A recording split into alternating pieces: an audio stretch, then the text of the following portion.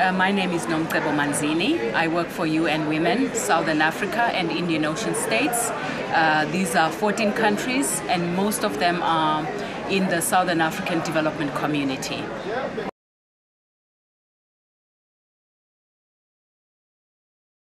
It's extremely important, essentially because, as we've heard throughout the COP17 deliberations, the people who get affected worst by the climate change that is happening globally are women in the communities, and those are the women that you are referring to.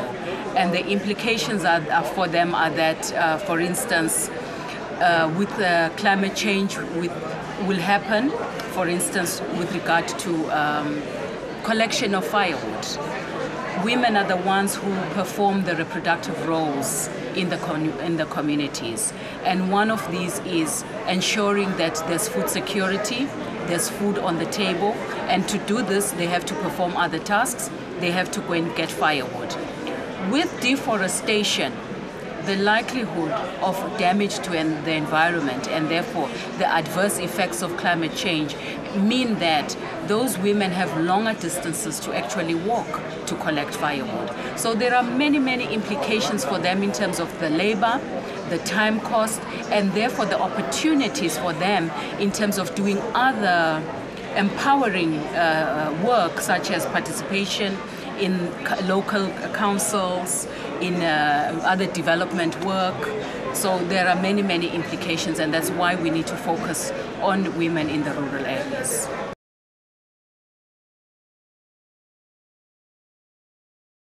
That also, just taking the example again that I started on collection of firewood. When trees have been cut down close to your home, it means you have to walk longer distances to collect firewood. And ordinarily in our communities, collecting firewood is late evening activity. So that it's the young girls in particular who, when they come back from school, go and collect the firewood.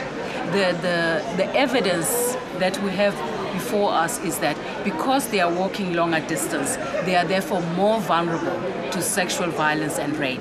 And so this is also contributing. And we know also that when we have increased sexual violence against women and girls, we also have increased HIV and AIDS prevalence in our community. That's a fact.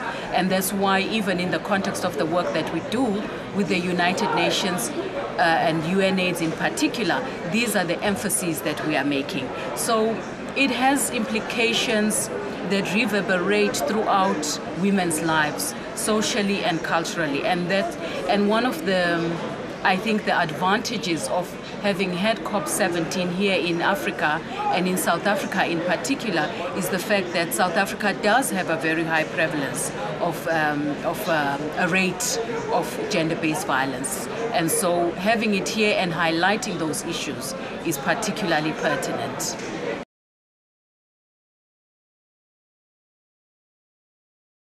Well, we are engaging and raising the issues around the Green Climate Fund very fundamentally, and in all the sections and events and plenary sessions that we've been attending. And we are working very closely on this with the Global Women's Constituency, which are also influencing the various negotiating teams. So what we have done is we've strategized to ensure that the gender teams and activists are with the different committees that are actually working on the different agreements. And in particular, we have someone from UN Women who's been sitting very closely with the delegates that are working on the Green Climate Fund to ensure that gender is infused there. The importance of gender being infused there is because we know that if we don't make the advocacy, gender won't appear there, and then the financing won't also address the gender-related needs of men and women. And it is so important that it is there from the very, very beginning. As you know, UN Women is a leader in the context of supporting governments for gender-sensitive planning and budgeting. And in that regard, this is the technical expertise that we have also brought to COP17, and it has been working very well.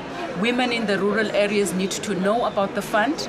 They need to have the capacity built so that they can access the fund, and we need to be working very closely with the different ministries and government entities that will be managing that fund to ensure, and also the UN entities that will be managing that fund. So it's extremely critical that we've been involved from the very beginning to ensure the gender sensitivity of the board members, that there's equity in representation at the level of the board, and also at the level of the implementation, the devolution of the actual fund to get to women at the grassroots level.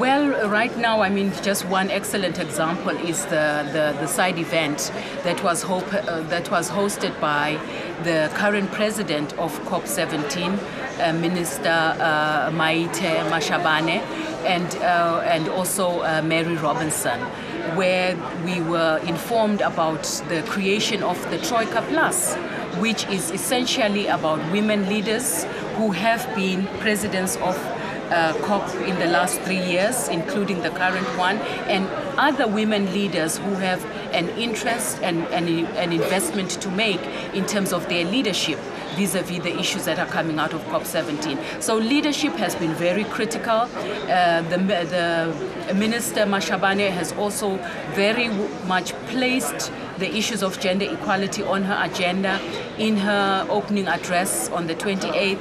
And so we've really seen that the gains that were made in Cancun have actually been carried forward and also deepened in terms of the conversation here in Durban. So we are very, very happy at that level.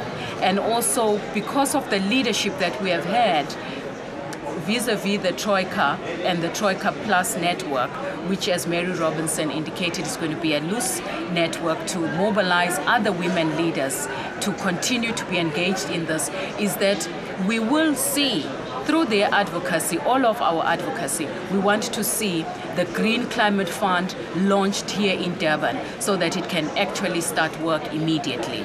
And that is by no means a reflection of the amount of work that women leaders here have done in terms of getting us to where we are. Thank you so much for speaking to us today, and good luck with your work. Thank you so much for having us on Outreach. Thank you.